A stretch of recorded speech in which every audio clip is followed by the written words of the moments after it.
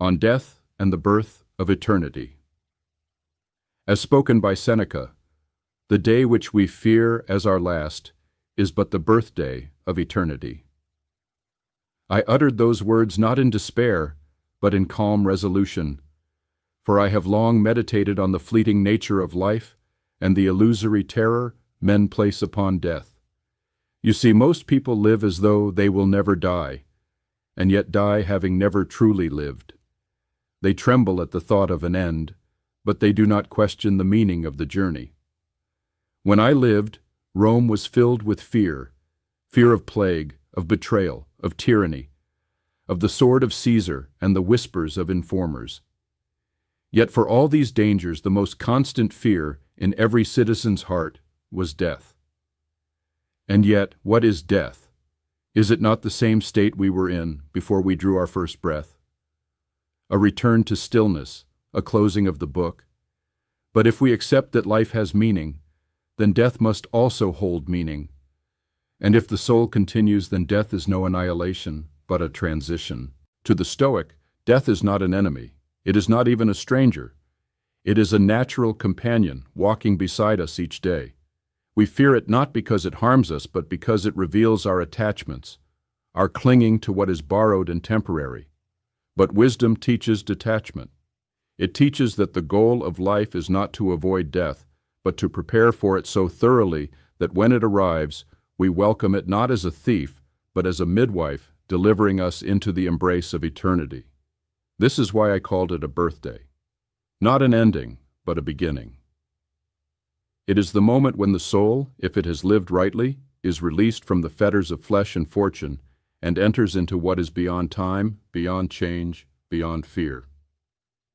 And now, to those who live in your age, I see your cities gleaming with lights, your machines speaking in tongues, your medicines extending life.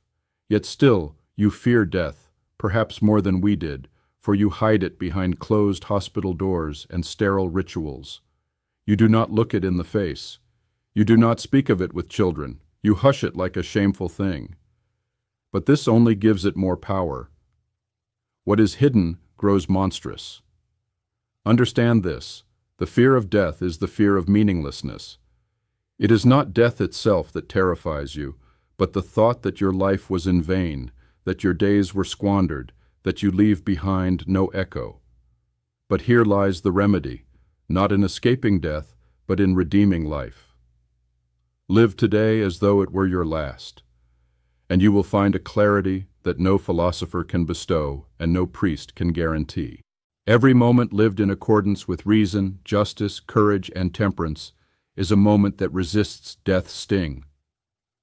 For such a life is whole at every point. You do not need more time. You need better use of the time you have.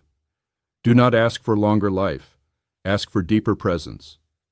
And should your last day come suddenly, rejoice. You have been given the great freedom to finally stop striving, to lay down the tools of the body, and to return to the source from which you came. You have walked the road. Now you return to the sky. To the seeker, I give this counsel. Practice the art of dying daily. Not in morbidity, but in mindfulness. At each day's end, reflect as if you shall not wake. Have you lived with honor? Have you spoken truth? Have you loved rightly? If yes, then sleep in peace. Make peace with the impermanent. Your wealth, your body, your reputation, they are wind and shadow. Cultivate the inner citadel. Your mind, your virtues, your integrity.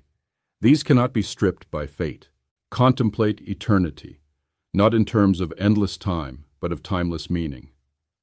Ask, what will outlast me? What truth have I served? What good have I done that echoes beyond my body?